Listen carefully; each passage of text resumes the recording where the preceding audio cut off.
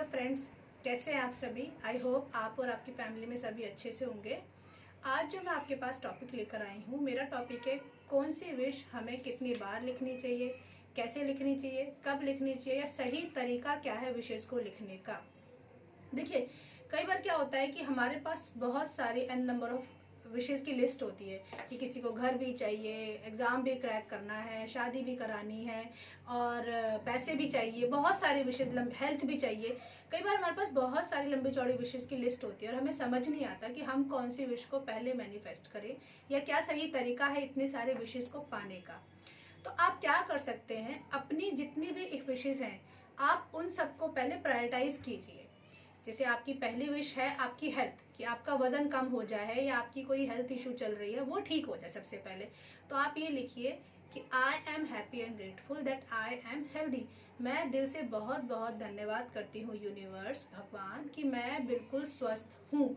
आपको एक छोटी सी अफर्मेशन लिखनी है, उसके अंदर आपको ज़्यादा एक्स्ट्रा वर्ड्स नहीं डालने हैं। इसके लिए पीछे मैं आपको रीज़न ये देती हूँ, कई बार क्या होता है कि हम एक्सेस वर्ड डालने के चक्कर में जो हमारी एक्चुअल इंटेंशन होती है वो इधर उधर हो जाती है, या हमारे ब्रेन को कई बार हम बहुत इजी चीज़ें डाल देते हैं हमारे ब्रेन में, तो वो ज़्यादा इजीली तरीके से हमारे सबकॉन्शियस ब्रेन को एक्सेप्ट हो जाती है। अगर आपने लिखा कि मैं बिल्कुल स्वस्थ हूँ, बिल्कुल स्वस्थ होने का मतलब होता है आप हेड टू टो स्वस्थ हो, आपकी हेल्थ, हड्डियाँ ठीक हैं, आपका स्टमक ठीक है, आपके बाल बिल्कुल ठीक है, आपकी स्किन बिल्कुल अच्छी है, सब कुछ आता है उसमें। या अगर आप किसी पर्टिकुलर बीमारी से क्या कहते हैं जूझ रहे हैं, या कोई आपको बीमारी हो गई है, जैसे कि अर्थराइटिस हो गया है, या फिर कैल्शियम की कमी है, या फिर थायराइड है, या कोई भी बीमारी जिससे आप डील कर रहे हो, आप उस पर्टिकुलर बीमारी का नाम ना लिखें, बट आप ये लिखें कि जैसे आपकी हड्डियाँ कमज़ोर हैं, आपको अर्थराइटिस प्रॉब्लम है, तो आप ये ना लिखें कि मैं अर्थराइटिस मेरा ठीक हो गया है। बीमारी का नाम बिल्कुल नहीं लिखना है। अफर्मेशन लिखते वक्त सबसे पहले हमें ये याद ध्यान रखना है कि हमें कोई भी नेगेटिव वर्ड नहीं यूज़ करना है, हमें सिर्फ पॉजिटिव वर्ड ही यूज़ करने हैं। अगर आप अपने अर्थराइटिस को ठीक करना चाहते हैं तो आप लिखिए मेरी हड्डियां मजबूत हैं, मेरी हड्डियां बिल्कुल स्वस्थ हैं। ठीक है, इस तरीके की अफर्मेशन लिखिए। तो अगर आप, मैंने आपको बता दिया कि अफर्मेशन कैसे लिखनी है। आप छोटी और सिंपल अफर्मेशन जितनी ज़्यादा लिखेंगे ना, उतना ज़्यादा आपका सबकॉन्शियस ब्रेन उसको एक्सेप्ट करेगा और मैनिफेस्ट भी इजी तरीके से हो जाएगी। इसीलिए मैं आप सभी को बताना चाहती हूँ कि अफर्मेशंस आप ऐसी लिखें, ऐसी यूज़ करें जिससे आपको ज़्यादा उनको याद रखने में या उनको बार बार बोलने में आपको ज़्यादा मेहनत ना करनी पड़े, या आप भूलो ना। कई बार हम बहुत क्रिटिकल अफर्मेशन यूज़ कर लेते हैं जिसकी वजह से क्या होता है कि हम भूल जाते हैं अफर्मेशंस को। तो आपको ऐसा नहीं करना, आप सिंपल शब्द भी इस्तेमाल कर सकते हैं अपनी अफर्मेशंस के लिए, और जो कि बहुत कारगर होते हैं, उनमें कोई प्रॉब्लम नहीं आती है।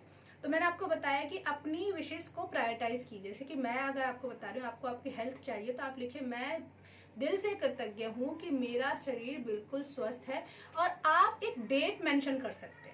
क्योंकि देखिए, अगर आपको कोई चीज़ चाहिए, सपोज आपको घर चाहिए, तो आप ये कहें कि मैं, अगर आपके पास फाइनेंशियल इशू है और आपको कहे कि भाई मुझे 2 महीने में घर मिल जाए, तो प्रॉब्लम है। अगर आपके पास पैसे हैं तो एक अलग चीज़ है। तो आप एक पर्टिकुलर टाइम रेंज दीजिए कि आपकी कौन सी विश कितने टाइम के अंदर पूरी हो जाए। अगर आप टाइम दे देते हैं तो उससे भी आपका सबकॉन्शियस ब्रेन ट्रेंड हो जाता है कि आपकी किस विश पर पहले काम करना है। तो आप 2 काम कीजिए, अपनी विश लिस्ट बनाइए सबसे पहले। अगर आपकी 1, 2, 4, 5 या 10 जितनी भी आपकी विशेज हैं, आप उनको पहले लिखिए। उन सबको एक रफ पेपर्स पे नॉर्मली लिख लीजिए, जितनी भी आपकी विशेज हैं। उनको लिखने के बाद उनको प्रायोरिटाइज कीजिए कि आप डेट डालिए कि मैं बहुत दिल से कृतज्ञ हूँ कि मैं बिल्कुल स्वस्थ हो गया हूँ, और उसके आगे thank you thank you thank you universe, और डेट डाल दीजिए। आज अगर आप लिख रहे हैं तो आज से 3 महीने बाद की डेट डाल दीजिए, 2 महीने बाद की डेट डाल दीजिए, जो भी आप डालना चाहते हैं। आप, हमें पता होता है कि हमारी कौन सी विश को पूरा करने में हमें कितना टाइम लगेगा, क्योंकि हमें हमारी कंडीशन पता होती है, इसलिए मैं आपको टाइमलाइन नहीं बताऊंगी।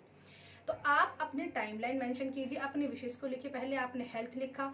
आप सपोज आपको बोर्ड एग्जाम क्रैक करने हैं, या कोई आपको कॉम्पिटिटिव एग्जाम क्रैक करना है, उसका एग्जाम डेट ही 1 साल बाद है, तो अब ऑब्वियसली आप डेट भी 1 साल बाद की लिखेंगे ना। तो इसी तरीके से आपको घर चाहिए, आप चाहते हैं आपको अच्छा घर मिले, अच्छे ऑप्शन मिले, जिस तरीके का आपको घर चाहिए वो उसको जो भी है आप उसके बारे में लिखिए। 6 मंथ का टाइम दीजिए कि मुझे 6 महीने के अंदर घर मिल जाएगा तो मैं खुश हूँ, मुझे 6 महीने से ज़्यादा टाइम नहीं लगाना है। तो आप अपने टाइमलाइन सेट करने के बाद अपनी विशेष को प्रायोरिटाइज कर लीजिए। मैं बिल्कुल स्वस्थ हूँ, मैंने मुझे मेरा मर्जी का घर मिल गया है, या अपनी स्पेसिफिकेशन में मैं दिल से कृतज्ञ हूँ। मैं बहुत बहुत धन्यवाद यूनिवर्स कि मुझे 3 BHK घर 45 लाख में उस जगह मिल गया है। आप जगह भी स्पेसिफाई कर सकते हैं अगर आपको कोई पर्टिकुलर प्लेस चाहिए तो। और उसके बाद उसके आगे डेट डाल दीजिए। जब आप ऐसे डेट डाल देंगे, अपनी सारी विशेष को लिख लेंगे, आप एक पेपर पे डेली 21 डेज तक ये एक्सरसाइज कीजिए। आपने क्या करना है, पहले अपनी नॉर्मल किसी रफ पेपर पे सारी विशेष लिखनी है, उनके आगे डेट डाल देना, जिससे आप जब ग्रेटिट्यूड जर्नल में, या एक जर्नल जो आपका विश लिस्ट वाला जर्नल है, या किसी पेपर पे आप डेली लिख रहे हैं, या आपको चूज करना है कि आप कोई डायरी यूज करते हैं या कोई पेपर यूज करते हैं। ये आपको चूज करना है कि आप किस पे लिखते हैं, ठीक है। अगर आप येलो पेपर यूज कर सकते हैं तो बहुत अच्छी बात है। येलो पेपर यूज कर सकते हैं तो मतलब येलो पेपर तो मैनिफेस्टेशन के लिए बोला जाता है। अगर येलो पेपर नहीं है तो आप किसी भी ब्लैंक डायरी पे या फिर ब्लैंक पेपर पे आप लिख लीजिए, वो आपकी मर्जी है। आप ऐसे करिए, पहले अपनी लिस्ट को प्रायोरिटाइज कीजिए, उसके बाद में अपनी सारी की सारी 5-10 जो भी आपकी विशेज है उनको आप 1 बाय 1 21 डेज तक लिखते रहिए। दिन में कम से कम 3 बार नहीं तो कम से कम दिन में 2 बार जरूर लिखिए। आपने क्या करना है, सुबह उठने के 1 घंटे तक वो विशेज लिखनी है। जैसे आपने पहली 5 लिस्ट बनाई, पहले I am happy and grateful that मेरे पास मेरा घर है, मैं बहुत खुश हूँ कि मैं बहुत स्वस्थ हूँ, मैं बहुत खुश हूँ कि मैंने अपना एग्जाम क्रैक कर लिया, मैं बहुत खुश हूँ मेरी बेटी की शादी तय हो गई है, हमें अच्छा जमाई मिल गया है या अच्छा घर मिल गया है, उसके लिए जो भी आप स्पेसिफाई करना चाहते हैं। इस तरीके से आप सुबह और रात को सोने से पहले अपनी विशेष को लिखिए। कम से कम एक विश को 2 या 3 बार जरूर लिखना। जैसे एक विश को आप 3 बार लिखना, अगर आपकी 5 विशेष है तो आप 15 लाइनें लिखेंगे, 15 लाइन्स हो जाएंगी आप, ठीक है। एक विश को 3 बार लिखने के बाद दूसरी विश पे आइए, फिर 3 बार लिखने के बाद तीसरी विश पे आइए, फिर उसको 3 बार लिखने के बाद चौथी विश पे आइए।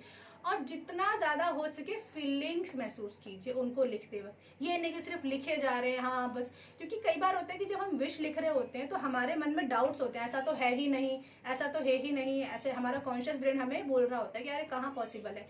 लेकिन आपको खुद को भरोसा दिलाना है, आई बिलीव दैट कि मेरे पास मेरा घर है and universe will manifest all the wishes.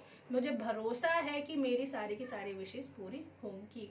इस तरीके से आप 21 डेज तक कीजिए। 21 डेज तक आप लगातार लिखिए और अपनी विशेस को आप मैनिफेस्ट कर लेंगे जिस टाइम ड्यूरेशन पे आपको वो चाहिए। टाइम ड्यूरेशन देने से ये होता है कि हमारा ब्रेन ट्रेंड हो जाता है। कई बार हमें कोई विश इमीडिएट चाहिए होती है, लेकिन हमें पता होता है कि वो इमीडिएट पॉसिबल नहीं है, थोड़ा टाइम लगेगा। तो जब हम टाइम लाइन सेट कर देते हैं ना, तो हमारा ब्रेन भी उस चीज के लिए कॉन्शियस हो जाता है। सबकॉन्शियस ब्रेन को भी टाइमलाइन मिलने के बाद में वो भी उस टाइमलाइन के अकॉर्डिंग काम करना शुरू कर देता है कि हमें पता होता है कि 1 महीना लगेगा और 1 महीने के अंदर चीजें हो जाएंगी, 2 महीने लगेंगे, 2 महीने के अंदर हो जाएंगे, 6 मंथ का टाइम है, 6 मंथ के अंदर चीजें हो जानी चाहिए। जब टाइमलाइन सेट करते हैं तो आपका ब्रेन भी उसी हिसाब से काम करना शुरू कर देता है। तो आपको सारी विशेष एक डायरी में लिखनी है, 3 बार लिखनी है, हर विश को 3 बार लिखना है और 21 डेज तक लिखना है। आप इस तरीके से अपनी विशेष लिख सकते हैं अपनी डायरी में और अपनी विशेष को जल्दी से जल्दी मैनिफेस्ट कर सकते हैं। हो सके तो सारी विशेष करने के बाद में, मैंने हमेशा आपको मंत्र पावर के लिए बोला है क्योंकि मैं पर्सनली बहुत मंत्र पावर में बिलीव करती हूँ। आप ओम क्लीम कृष्णाय नमः मंत्र का एक बार जाप जरूर करें। आप नहीं नहाए हैं ना तब भी कोई बात नहीं, आप नॉर्मली आप ओम क्लीम कृष्णाय नमः मंत्र का जाप एक माला का जरूर करें सारे विशेष लिखने के बाद, सुबह भी और शाम भी, दोनों टाइम एक एक माला का जाप कर लीजिए। उससे क्या होगा कि आपके आकर्षण की पावर बढ़ेगी। जो चीजें यूनिवर्स में कहीं अट्रैक्ट नहीं कर पा रहे हो आप, वो आपकी तरफ अट्रैक्ट होने लग जाएंगी। तो इस तरीके से आप अपनी बहुत सारी विशेष लिख सकते हैं, एक साथ बहुत सारी विशेष को मैनिफेस्ट कर सकते हैं। और मैंने आपको पहली वीडियोस में 555 एंड 3 मैंने आपको टेक्निक बताई हुई है। कोई पर्टिकुलर कोई एक विश हो तो आप उसको उस तरीके से विश को मैनिफेस्ट कर सकते हैं। लेकिन अगर आपके पास बंडल्स ऑफ लिस्ट हैं, बहुत सारी लिस्ट हैं और आपको देखना है कि मुझे बहुत सारी विशेष चाहिए, मेरे को सभी चाहिए और मुझे आज से मैनिफेस्टेशन शुरू करना है, तो आप इस तरीके से कीजिए। 21 डेज करने के बाद में आप थोड़ा रुक जाइएगा, तो कुछ दिनों का आप ब्रेक लीजिएगा, कम से कम 1 वीक का, और उसके बाद फिर से अपने विशेष लिखना शुरू कर दीजिएगा। और साथ में ग्रेटिट्यूड जर्नल जरूर लिखिएगा। कम से कम 5 चीजों के लिए आप डेली ग्रेटिट्यूड जर्नल बनाइए। आपको 2 डायरी बनानी है, एक विश डायरी और एक ग्रेटिट्यूड डायरी। अगर आप 2 डायरी नहीं बना सकते तो आप डायरी को डिवाइड कर लीजिए। फर्स्ट हाफ आप ग्रेटिट्यूड के लिए लिख लीजिए, सेकंड हाफ आप विशेष के लिए लिख लीजिए। कभी भी विश लिखने से पहले सबसे पहले आप ग्रेटिट्यूड जरूर लिखिए, उसके बाद अपने विशेष को लिखना शुरू कीजिए। करके देखिए, आपकी सारी विशेष पूरी होंगी। बिल्कुल मैंने किया है, आपके लिए भी है, तभी मैं आपके सामने ये आज बोल रही हूँ कि ऐसा होता है। लॉ ऑफ अट्रैक्शन काम करता है। जब सबकॉन्शियस ब्रेन में हमारी कोई चीज़ चली जाती है तो वो हमारी लाइफ में ज़रूर उतर कर आती है। आई होप आपको मेरी ये वीडियो पसंद आई हो तो प्लीज़ लाइक कीजिए, शेयर कीजिए और आप मेरे चैनल को सब्सक्राइब कीजिए। Bye, take care.